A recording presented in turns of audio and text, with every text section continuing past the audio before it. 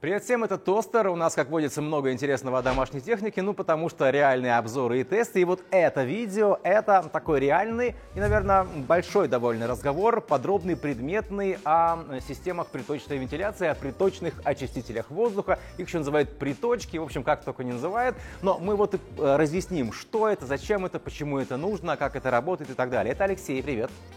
Алексей – руководитель направления приточных очистителей воздуха компании «Русклимат». Это наши давние партнеры. Много мы снимаем климатической техники с помощью ребят из «Русклимат». И поэтому в очередной раз приехали к ним. Потому что много всего интересного у «Русклимат», в том числе и приточная вентиляция. Алексей, начнем, собственно, логично сначала и начнем с того, почему нужна приточная вентиляция, зачем ее устанавливать, может быть, для кого она особенно актуальна? Хороший вопрос, давайте об этом более подробно поговорим, потому что причин для этого много. И приточные очистители воздуха, они, в общем-то, созданы для того, чтобы проветривать помещение, для того, чтобы поставлять свежий и очищенный воздух с улицы непосредственно к нам домой, либо в комнату, либо в офис, везде, где есть, собственно говоря, люди.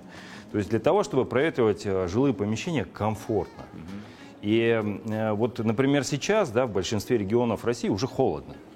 А центральное отопление еще не включили. Так. И если мы будем проветривать традиционным открывать способом, форточку там или окно, открывать окно, открывать форточку, то, собственно говоря, мы со свежим воздухом впускаем домой холод. это как раз не очень комфортно. Да, и это может еще вызвать негативные последствия, такие как, например, простуда, банально, и все, что с этим связано. Это вынужденные больничные, это необходимость лечения, финансовые затраты, какие-то, может быть, обострения хронических заболеваний. В общем, негативных факторов много. Мало того, что холодный воздух, так там еще и пыль, и все это загрязнение, да? Да. Вторая сопутствующая вещь. Вот, казалось бы, многие скажут, можно же включить кондиционер на подогрев, например, Кстати. или какие-то другие отопительные приборы. Но это только часть решения проблемы, потому что с холодным воздухом мы впускаем еще и уличный шум.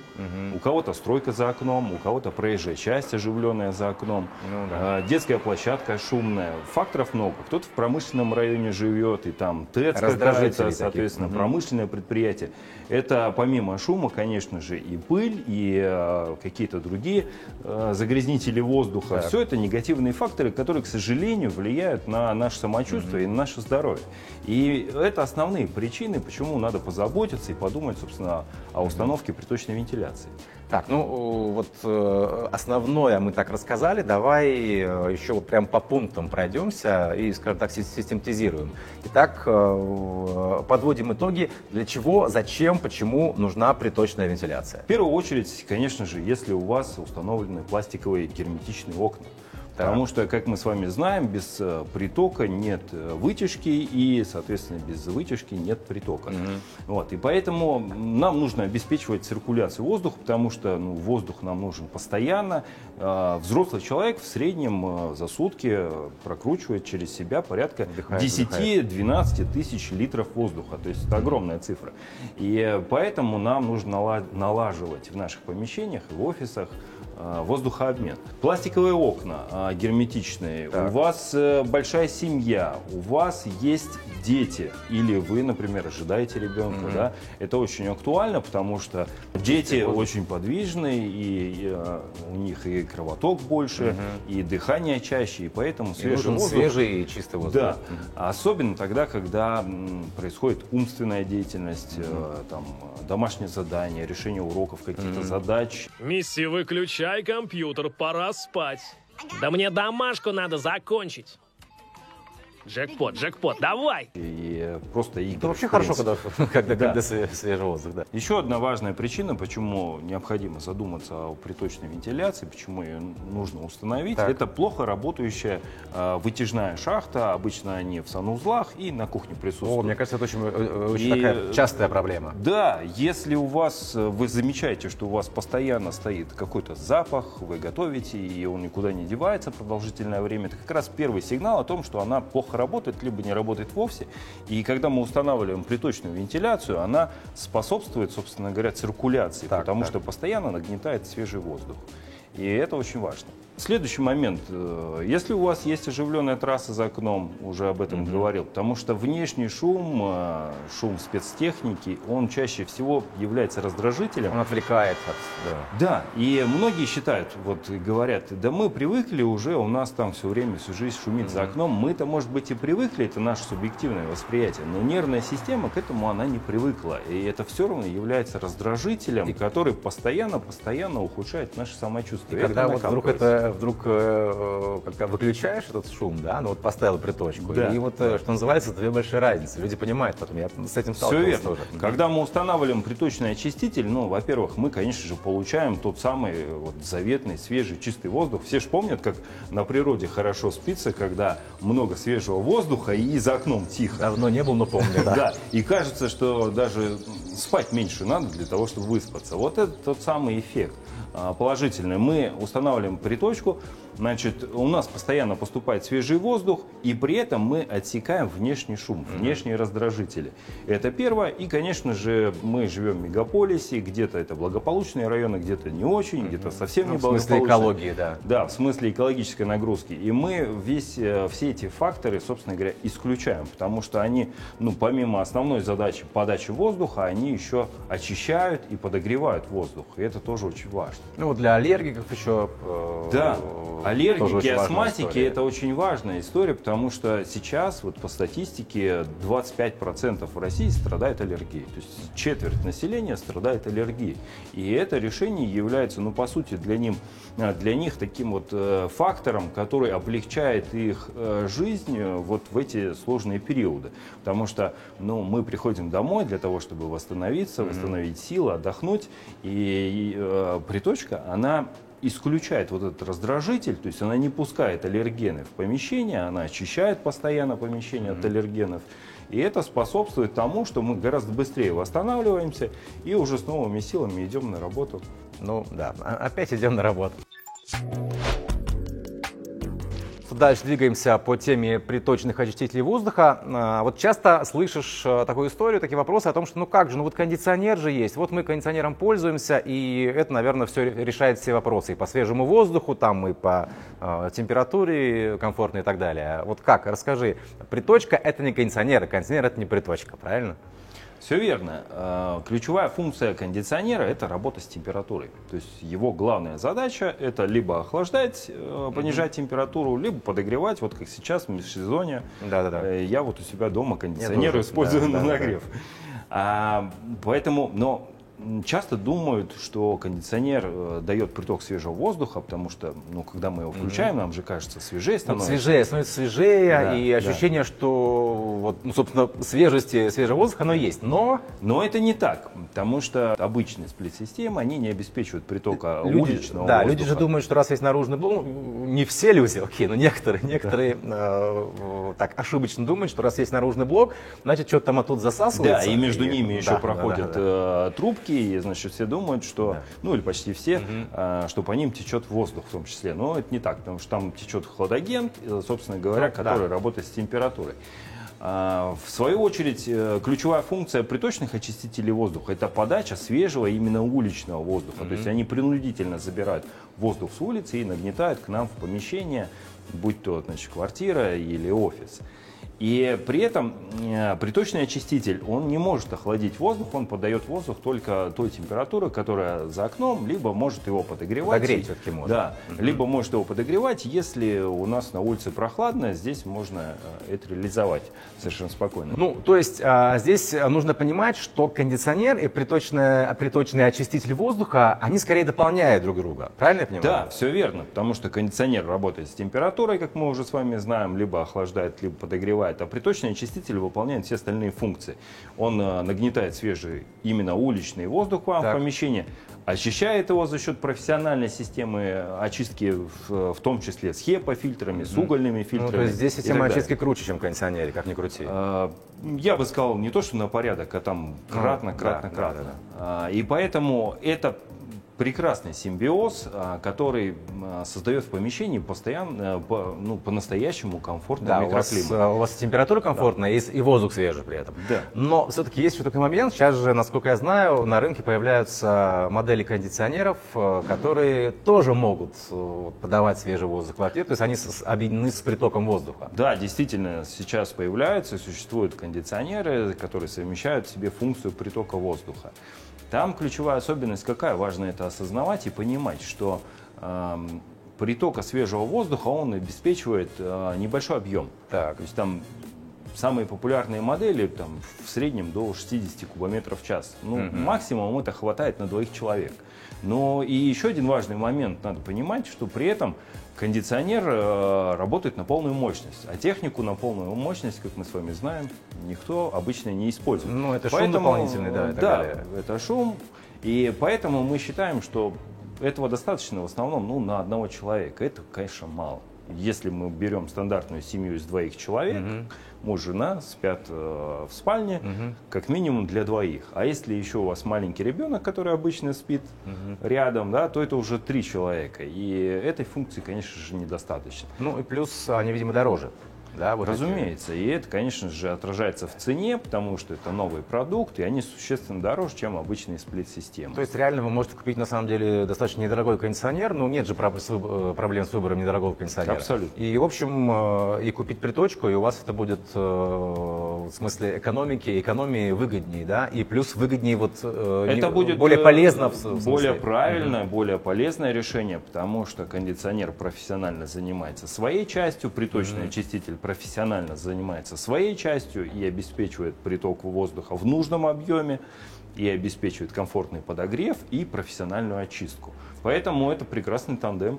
Ну, вот так это то, что касается приточного очистителя воздуха и кондиционера. Чем они реально отличаются, и мы поговорили о том, что каждый из них выполняет свою функцию. Основные элементы, я, наверное, скажу о основных узлах, потому что приборы друг от друга отличаются, есть разный набор опций и характеристик, но основные вещи это что? Значит, это, конечно же, двигатель. Во всех наших приборах используется инверторный, современный инверторный тихий DC-мотор, который, в общем-то, и обеспечивает нагнетание, протяжку воздуха с улицы в помещение. Так. Следующее, конечно же, это блок фильтрации. Так. Вторая важная функция, которую несет приточный очиститель воздуха, это очистка воздуха. На примере, скажем, этого прибора, что у нас здесь есть? Здесь есть 3 фильтра механической очистки, префильтр JET 4 класса, да. Значит, есть М5 фильтр, который уже основную, среднюю, там, мелкую пыль фильтрует. Есть HEPA фильтр профессиональный, для уже практически пыли, медицинского стандарта. Потом, значит, у нас есть угольные фильтры, которые работают именно по газовой фазе, по аэрозолям, вредные газы, запахи и так далее. То есть они убирают вот эту составляющую. И, допустим, у нас во флагманской модели есть еще ультрафиолетовая лампа. По сути, это функция обеззараживания воздуха. И есть генератор холодной плазмы. Также работает по... Как ионизатор, да, можно сказать? По сути, да, как ионизатор, но несколько другая технология. Значит, ультрафиолет очень эффективен, когда, например, периоды ОРВИ. Вы ставите прибор в замкнутый цикл, он постоянно обрабатывает у вас воздух в помещении и обеззараживает его. И генератор холодной плазмы за счет того, что, собственно говоря, образуются микрокапли воды в воздухе, они обволакивают и вирусы, и бактерии, и мелкодисперсную пыль, и приземляют ее на поверхности, которые вы, конечно же, периодически обрабатываете. Есть керамический нагревательный элемент, современный, который не сушит воздух. Это уже к нагреву. Да, это мы говорим о нагреве. То есть приточный очиститель, он может, мы уже говорили об этом, может подогревать воздух уличный, да, чтобы он заходил к вам в помещение уже теплым. И вот для этого есть нагреватель, в том числе керамический бывает. Да. Также в конструкции присутствует чаще всего автоматическая заслонка. Если говорить на примере этого прибора, то она 2 функции решает.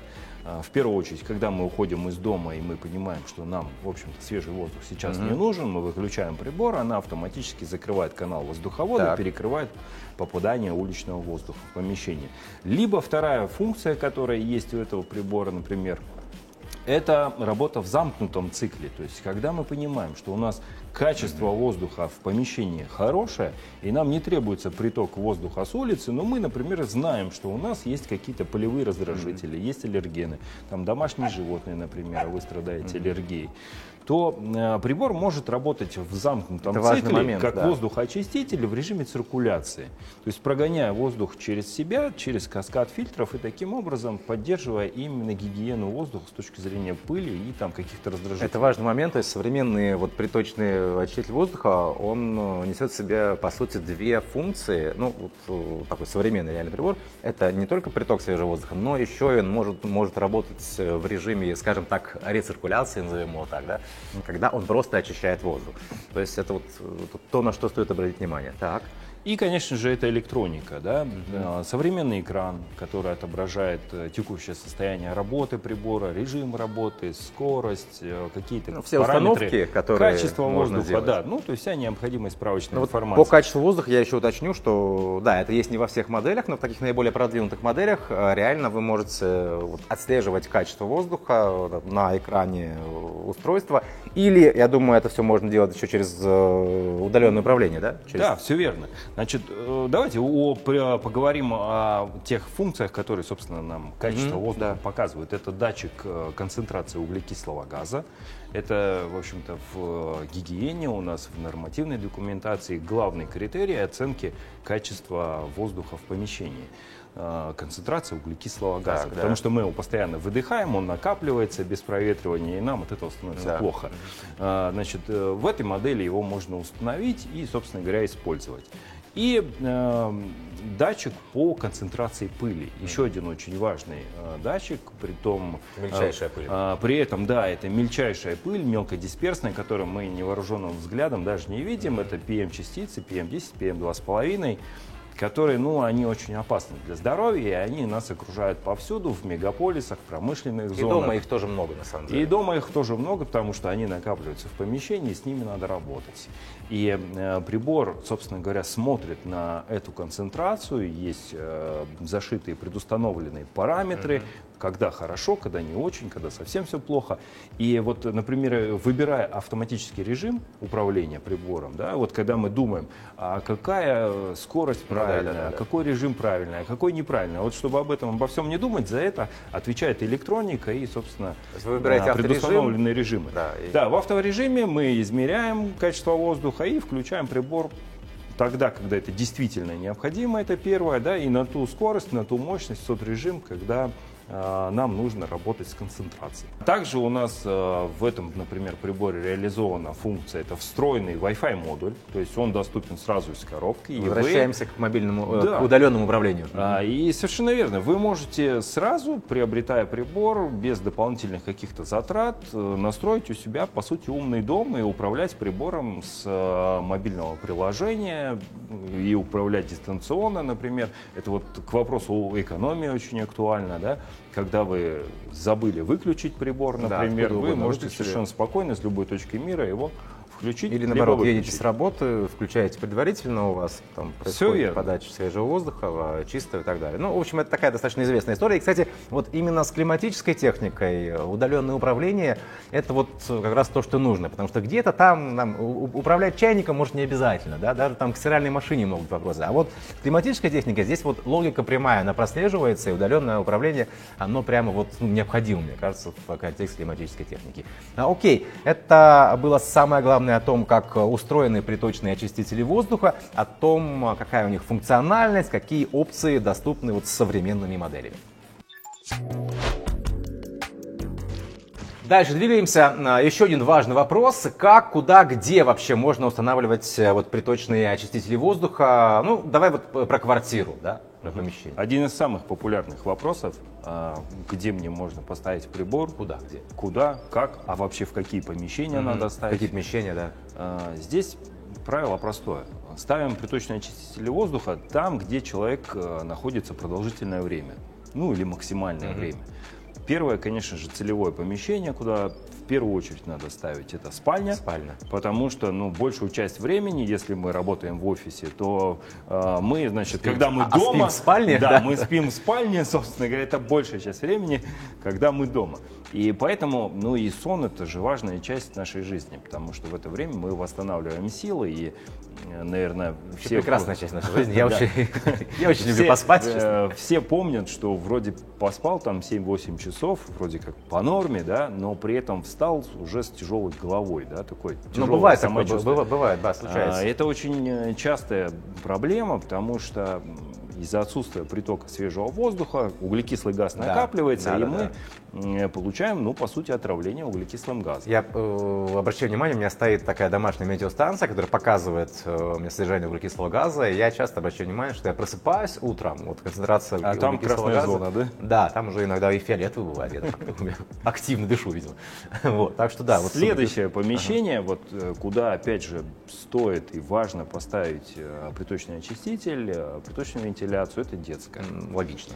Дети подвижные, дети быстро растут, и для того, чтобы, собственно, все шло хорошо. И еще один важный момент. Дети в своих комнатах детских, да, если у них есть своя отдельная комната, они проводят гораздо больше времени, чем, например, взрослые в спальне. Потому что в своей детской комнате они не только спят, они еще играют, да. Они делают уроки, и вот это все время... детство проходит там в детской комнате. Да, и оно расширяется, поэтому, конечно, это помещение номер 2, куда стоит и важно поставить приточную вентиляцию. Гостиная, либо же кухня-гостиная, сейчас чаще всего кухня и гостиная совмещены. Бывает. И там мы собираемся всей семьей. Там мы встречаем гостей, и у нас такой получается большой коллектив, и мы много углекислого газа в это время выделяем, и нам становится душно. При этом дети могут играть на полу, открывая окно, опять это получаем негативные факторы. Да, потому что дети, особенно когда играют, они разгоряченные, и все это может привести... можно легко просто. Да, и поэтому кухня, гостиная, просто гостиная, это там, помещение номер 3, куда стоит поставить приточную вентиляцию. Ну и это кабинет. Если кто-то в своей квартире выделяет, и есть такая зона, да, и много проводит времени там, работает. Вот сейчас особенно, да, это тоже распространено. После пандемии многие привыкли уже работать home-офис на удаленке и проводят практически полный рабочий день в какой-то замкнутой комнате. И поэтому это, конечно же, тоже очень важное помещение, где можно поставить прибор. Ну и то есть мы понимаем, что нет ситуации, когда вам одного устройства хватит на всю квартиру. И на вашу спальню, и на детскую, и на гостиную с кухней и так далее. Все верно. Воздух — это такая субстанция, и надо понимать, что он всегда движется по пути наименьшего сопротивления от входа, собственно говоря, на выход. И, допустим, если у вас квартира распашонка и комнаты в разные стороны направлены, а посередине санузел, то воздух из одной комнаты будет проходить в санузел, а вторая комната будет не задействована. Поэтому, конечно, важно рассчитывать и важно устанавливать прибор в каждой комнате, если это не сквозные помещения. Для того, чтобы у вас приток воздуха был во всех помещениях, и вытеснение углекислого газа и прочих загрязнителей, они также проходили со всех сторон. Да, еще момент, мне кажется, важный, спрашивают об этом, вот на стене, где размещать, да, вот уже окей, все поняли, купили, там, в детскую, в спальню, а где выше, ниже, как-то посередине, может быть, вот этот момент. Спасибо за вопрос, очень хороший вопрос. Значит, здесь смотрим на два важных фактора. Как вот ранее уже сказал, нужно ставить приточный очиститель в каждом помещении. Когда мы рассматриваем какое-то локальное помещение, нужно ставить его в местах наибольшего удаления от выходной зоны. Ну, то есть дальше от двери. Для того, чтобы у нас воздух протекал через все помещение. То есть, если мы просто напротив двери ставим, то воздух будет идти сразу в дверь. И часть помещения не будет задействоваться. Там обновление воздуха будет хуже. Оно, конечно, будет, но в меньшей степени.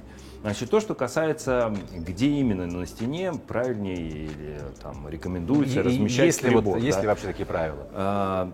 Здесь правило простое. Значит, если особенно у вас есть дети, то, конечно же, прибор лучше всего ставить где-то на средней линии стены, на высоте там, около 1,5 метров, для того, чтобы прибор можно было удобно обслуживать, управлять им и так далее. Дальше мы смотрим, конечно же, на то, как у нас построен дом, как у нас организованы стены и оконное пространство.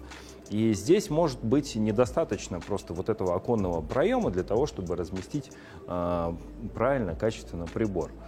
И мы тогда смотрим, собственно говоря, пространство под подоконником. Чаще всего там есть радиатор, но слева либо справа от радиатора также можно установить прибор. Много вопросов по тому, что можно сверлить, что нельзя, какие стены вот, несущие, не несущие вот именно при монтаже. Давай вот эту тему тоже подсветим. Очень важный вопрос, потому что сейчас очень распространена технология каркасного монолитного строительства, когда у нас ставится скелет дома, и он из несущих как раз-таки конструкций.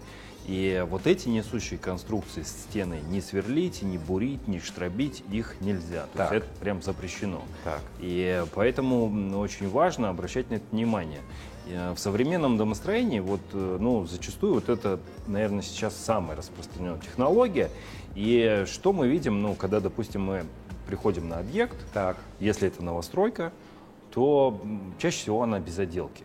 Мы видим вот эти серые, монолитные стены, и между ними идет какое-то заполнение, обычно это белого цвета, либо серого цвета, какой-то там блок, пеноблок, газоблок и прочий блок. И вот все это заполнение, это бурить можно. Серые монолитные стены бурить, сверлить, штробить нельзя. И можно ли, задаются вопросом еще, можно ли за это получить предписание? Вот штрафы, вот эта вся история. Да, разумеется, если вы нарушаете целостность несущих конструкций, или если у вас, например, здание относится к историческому фонду, где вообще любые работы, в принципе, необходимо сначала согласовать, а потом проводить.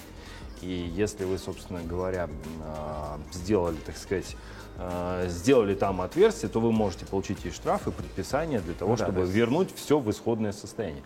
Поэтому очень важно, когда вы не понимаете, скажем, где здесь можно бурить, где нельзя бурить, можно запросить и проектную документацию, например, обратившись в управляющую компанию.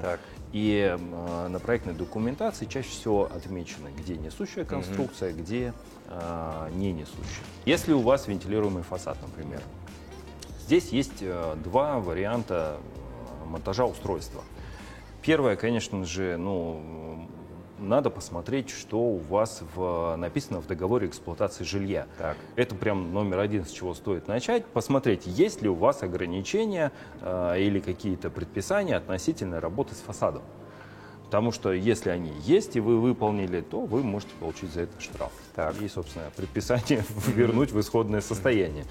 А это ненужные затраты. Поэтому, когда выполняется монтаж на вентилируемом фасаде, самая распространенная технология, когда бурится отверстие не насквозь, не через фасад, а под фасадом есть вент-зазор. Это такое рабочее пространство между самой стеной, утеплителем, мембраной. Почему он называется вент-фасад? И сам вентилируемый фасад. И, как правило, забирают воздух из этого пространства. Кто-то может сказать, там же, наверное, пыль, грязь, какая-то каменная или еще какая-то стекловата. И кто-то переживает за это. Переживать об этом не стоит, потому что она закрыта мембраной, и количество пыли там минимальное. Это, во-первых, а во-вторых... Имеется в виду вот этот канал, который получается, он закрыт мембраной, и туда вот эта крупная пыль, она все не попадает, да? Не совсем канал, а именно стена с вот этим теплоизоляцией, которая, собственно говоря, закрывает стену, и держит тепло в доме. Так вот, и второй момент, все приточные очистители воздуха, они оснащены профессиональными HEPA-фильтрами, которые любую мелкодисперсную пыль в том числе останавливают. Поэтому об этом переживать особо не стоит. Тут еще момент тем, что когда этой пыли будет там много, то фильтры тоже придется часто менять, вот этот момент. Это может быть, да. Второй вариант, который исключает как раз вот эту ситуацию, это уже, больше сказать, не стандартный монтаж, это монтаж в оконный откос. Когда отверстие бурится не насквозь напрямую, а оно бурится под углом. То есть сначала выполняется первый проход, дальше поворот, как правило, на 90 градусов, и воздуховод выходит в оконный откос возле окна, непосредственно слева, либо справа, смотря с какой стороны от окна вы устанавливаете.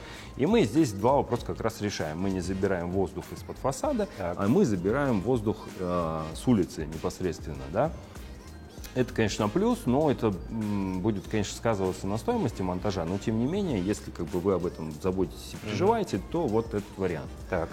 Бывает третья ситуация еще, когда, значит, ни первый, ни второй вариант не реализуем.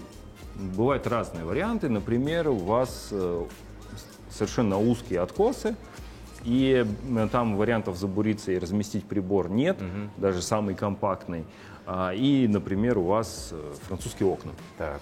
Что делать? То есть, казалось бы, безвыходная ситуация. Есть тоже здесь две технологии решения этой задачи. Наиболее сложный путь – это заказ нового стеклопакета, то есть вы часть оконного проема, стеклопакет вынимаете, заказываете, собственно говоря, новый с заранее подготовленным отверстием под воздуховод, под забор воздуха с улицы. И дальше, собственно говоря, меняете один стеклопакет на второй с отверстием, и уже непосредственно на него размещается прибор.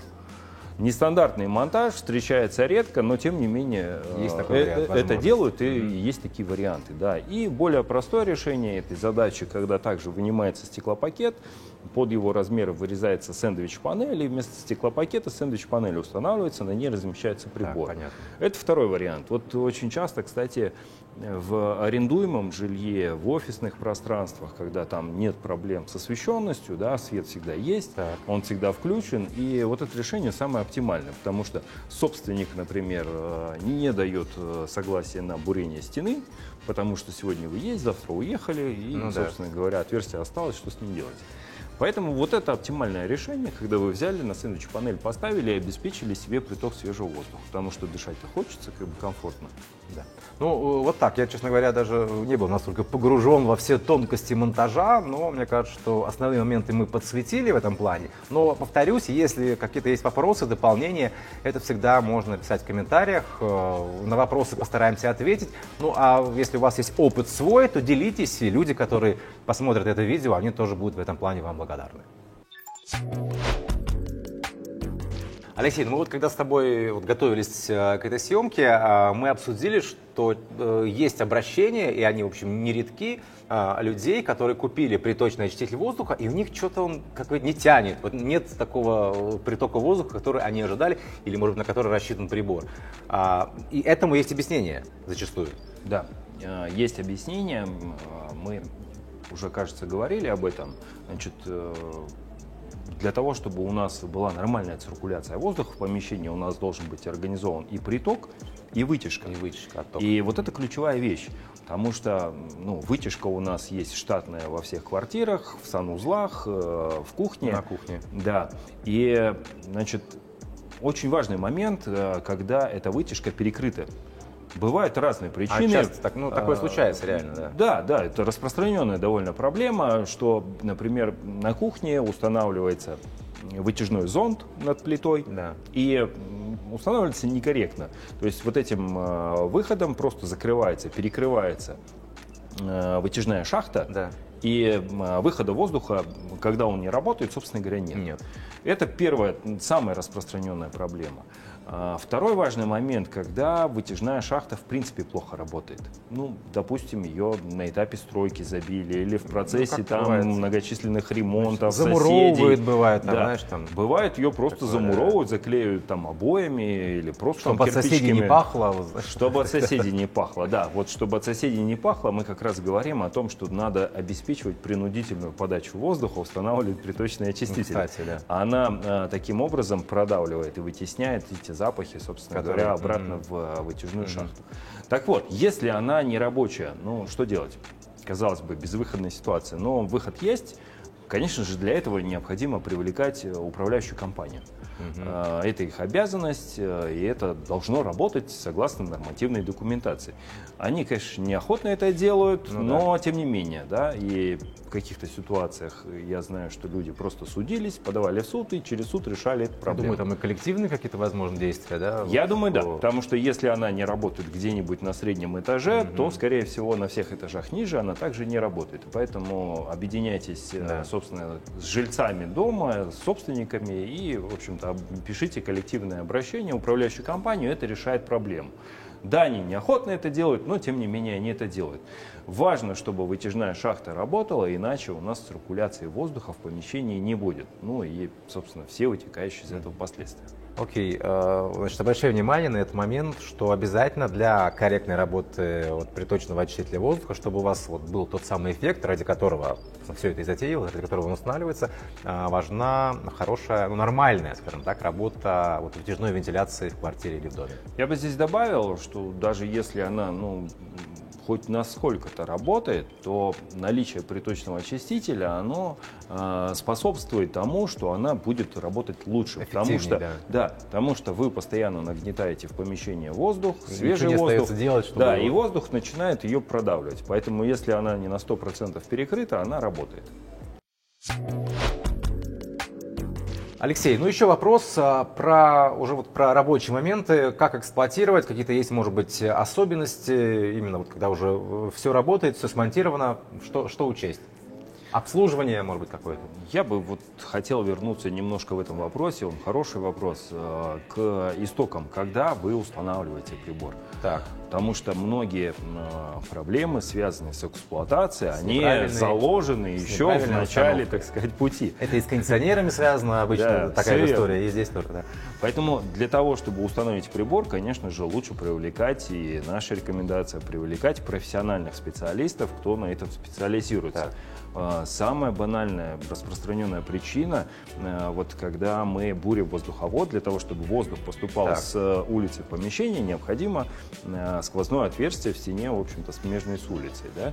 И когда бурится этот воздуховод, важно соблюдать уклоны в сторону улицы. Для чего это необходимо сделать? Потому что когда у нас на улице идет дождь, проливной дождь, есть какая-то ветровая нагрузка еще, да, эта вода дождевая, она может забрасываться в канал воздуховода. И, соответственно, если у вас нет уклона, либо обратный уклон, то эта вода может попасть непосредственно в прибор и привести к нежелательным последствиям. Да. Значит, это очень важный момент, о котором стоит помнить, когда вы задумались о приточной вентиляции. И, конечно же, вторая рекомендация номер 1.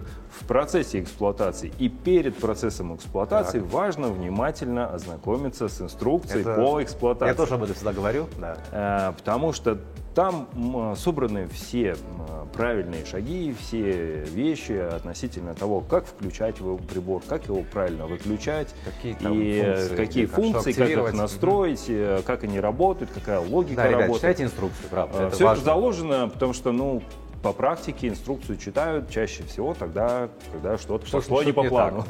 Или что-то уже сломалось. В той же инструкции, кстати, как раз и про обслуживание, в общем-то, все есть, да? Да. То, что касается обслуживания, здесь приборы довольно неприхотливы чаще всего. И основная вещь, которую необходимо делать, это периодически осматривать фильтры на предмет их загрязнения. Да, в разных моделях приборов, или во всех моделях приборов, наших есть таймер ресурса фильтра, но приборов на рынке много, поэтому здесь важно это учитывать. У кого-то это может не быть. А так в целом, кстати, про фильтры, я понимаю, что все зависит от условий эксплуатации реальных, но так, может быть, какая-то средняя история есть, насколько хватает, например, HEPA-фильтр? Здесь очень сильно все разнится, потому что у всех ситуация за окном разная. Понимаю, да. Может быть, плюс важный конструктив самого прибора и количество фильтров, что предшествует HEPA-фильтру. Допустим, на этой модели, если говорить, перед HEPA-фильтром еще 2 фильтра стоят, которые, конечно же, продлевают его срок службы, потому что основную грязь они забирают на себя, мы их меняем там чаще, чем HEPA-фильтр, а HEPA-фильтр... Меняем или очищаем? Здесь очищение чаще всего можно предварительный сделать... предварительный фильтр, сеточка, его можно промыть, просушить, поставить на место. Да. Значит, если у нас фильтры из тканого полотна, то, как правило, их чистка уже ничему не помогает, потому что пыль, она забивается между волокон, ее уже пылесосом или еще чем-то не вытащишь, а фильтры из тканого полотна мыть нельзя. То есть это как в автомобиле, у нас фильтры мы меняем 2 раза в год, перед зимой, перед летом, соответственно, и здесь то же самое. Осмотрели фильтры, Если они еще не загрязнены визуально, вы понимаете, да, то пожалуйста. Но в руководстве по эксплуатации также, конечно же, написаны рекомендованные периоды замены фильтров, но на это очень сильно влияет экология за окном. Понятно. Если у вас первый этаж, например, там оживленная трасса под окном, фильтры придется менять чаще. Понятно. Ну и грязь они, соответственно, собирают. Да? Ну и плюс ориентируйтесь, если у вас вот в приборе предусмотрено именно вот показатель эффективности фильтров, ну то есть срока их замены, на него тоже можно ориентироваться, и, собственно, когда нужно, будет понятно, что его нужно поменять. У нас, например, в мобильном приложении, Кстати, в нашем да. фирменном, там реализована функция, значит, ресурса фильтра, и вы просто можете видеть в приложении, на сколько процентов использован ресурс фильтра. И вы уже можете понимать, собственно говоря, что пора задуматься о их замене. Ну, в общем, по большому счету, обслуживание, это основное обслуживание, оно связано именно с фильтрами. Да, да. Основное обслуживание – это контроль фильтров, своевременная замена, потому что если фильтры забиваются, пропускная способность снижается, вы, во-первых, ощущаете, что вам стало не хватать свежего воздуха, а во-вторых, появляется дополнительная нагрузка на прибор, да, на двигатель, и это там может снижать ресурс эксплуатации. Ну, еще интересный момент, он такой важный для многих. Ну, вот многие же, что тут скрывать, хотят сэкономить, да, там, или при покупке, или вот как раз об этом вопрос. На чем можно сэкономить, может быть, при покупке, может быть, при эксплуатации уже самого устройства, вот этого приточного очистителя воздуха. Расскажи, есть ли такая возможность вообще? Возможность экономить всегда есть, и когда вы выбираете приборы, подбираете под помещение, важно учитывать не только площадь помещения, как, ну, например, в кондиционерах это делается, да, а важно... Здесь же тоже, да, здесь тоже, он же рассчитан на определенную площадь. Ну, видите, у нас есть два норматива, которые говорят про то, сколько свежего воздуха нужно поставлять в помещение. Первый строительный, это как раз про площадь. Так. И там 3 кубических метра на значит, 1 квадратный метр должно приходиться свежего воздуха. Это строительные нормативы. А есть еще гигиена. Так. Это про людей. Так. Значит, сколько людей у вас в помещении находится. Это, ну, по моему мнению, это более приоритетный критерий выбора, да? Потому что если вы рассчитываете, что у вас в комнате 3 человека, например, там я, жена и маленький ребенок с нами спит, да, в спальне, то мне надо рассчитывать на то, что должно быть 30 кубометров в час на каждого человека приходится свежего воздуха, для того, чтобы мы себя хорошо чувствовали. Вот это такие основные критерии. Да, я к тому, что то есть, можно все-таки выбирать прибор, исходя из вот этого критерия, из производительности по подаче свежего воздуха, да, и тем самым, ну, тоже где-то сэкономить, может быть, взять Совершенно прибор верно. меньшей производительности, потому что вам не нужно больше. Да, вы можете взять более простой прибор, менее производительный, и, соответственно, И это вам будет отражается окей, в цене. и вам Да. будет окей, и как бы... Вы, Да. например, один, вы понимаете, что много кубов не надо, и поэтому совершенно спокойно берете, ставите какой-то небольшой прибор, и он вам, собственно, все подойдет. Ну и плюс он может быть там более функциональный, скажем так. Здесь там могут быть датчики качества воздуха и так далее, а может их не быть. Это решайте сами, но как бы чем больше различных возможностей, там функций, там удаленное управление, тем, конечно, устройство будет дороже. Если окей, то окей, а если, может быть, вам не нужно такое навороченное устройство, то тогда тоже можно сэкономить. Это при покупке. А дальше про эксплуатацию. То, что касается эксплуатации, здесь следующие важные факторы. Это продолжительность работы прибора. Она влияет, ну, на две составляющие. Это ресурс самого прибора, это ресурс фильтров, потому что мы постоянно прогоняем через него воздух. Если мы прогоняем его с улицы, то там есть источники грязи. Ты имеешь в виду продолжительность, как мы его используем? Да. Насколько часто или долго в течение суток, там, недели Он мы у нас его работает. используем. Да, он может работать круглосуточно, вообще не выключаясь. Но что происходит? Допустим, вы на работе, а у вас прибор дома работает. Ну, то есть, как бы, казалось бы... Зачем? Зачем, да. Здесь на этом можно экономить, либо настроить расписание прибора, когда он будет в нужное время включаться, в нужное время выключаться. Ну, кстати, удобно. Либо там дистанционно управлять через мобильное приложение, забыли выключить, да? Взяли, выключили. И, собственно говоря, когда вас дома нет, ну, проветривать нет необходимости, подогревать в холодное время года воздух тоже нет необходимости, вы здесь экономите две вещи. Ресурс фильтров и расход электроэнергии. Потому что, ну, энергоносители у нас, они только дорожают, как и все остальное. И поэтому это статья, собственно, расхода. Еще один важный момент. Значит, можно использовать те же самые датчики качества воздуха, которые автоматически управляют прибором и включают его в нужный режим, на нужную скорость. Это авторежим. Когда есть в этом необходимость. Если вы, допустим, не хотите следить за прибором, можно поставить этот датчик, он экономит до 30% на электроэнергии просто за счет того, что оптимальный режим всегда подбирает. Вот здесь вот такой момент. Поэтому, когда мы выбираем прибор, здесь важно еще смотреть на то, какие задачи вы решаете. Да? Ну да, то есть помним о том, что приточный очиститель воздуха – это и приток свежего воздуха, и он может еще подогревать, вот если холодно, воздух на улице. Плюс это такая хорошая, если устройство продвинутое, это хорошая качественная очистка воздуха, и вы можете, причем так в симбиозе использовать, потому что у вас может быть и приток свежего воздуха, и одновременно его очистка. Или же, если приток свежего воздуха не нужен, это устройство, опять же, если система фильтрации в ней продвинутая, оно может работать как, просто как очиститель воздуха, как хороший, качественный очиститель воздуха в квартире. Я бы добавил, как профессиональный воздухоочиститель. Как профессиональный воздухоочиститель, это важный момент. То есть вот такая многофункциональность, она здесь тоже есть. Я думаю, что еще другие, может быть, моменты, связанные вот с реальной эксплуатацией подобных приборов, они есть у вас, потому что, я уверен, многие вот такие очистители воздуха приточные уже дома имеют, эксплуатируют. Рассказывайте в комментариях какие-то свои впечатления, плюсы, минусы. Это все интересно и нам, и тем, кто вообще посмотрит это видео и будет читать комментарий. А мы с Алексеем, в общем, достаточно глубоко погрузились в тему приточных очистителей воздуха, за что спасибо тебе, Алексей. Вот. Спасибо и вам. я надеюсь, что вот стало понятно, зачем нужен приточный очиститель воздуха дома, его реальная польза, плюс мы подсветили моменты, связанные там с монтажом, с эксплуатацией и с функциональностью этого устройства. Так что спасибо всем, кто смотрел это видео. Это тостер. Мы не делаем из домашней техники сенсацию, мы просто рассказываем, как она реально работает. Лайки, делитесь этим видео с теми, кто, возможно, думает о покупке приточного очистителя воздуха.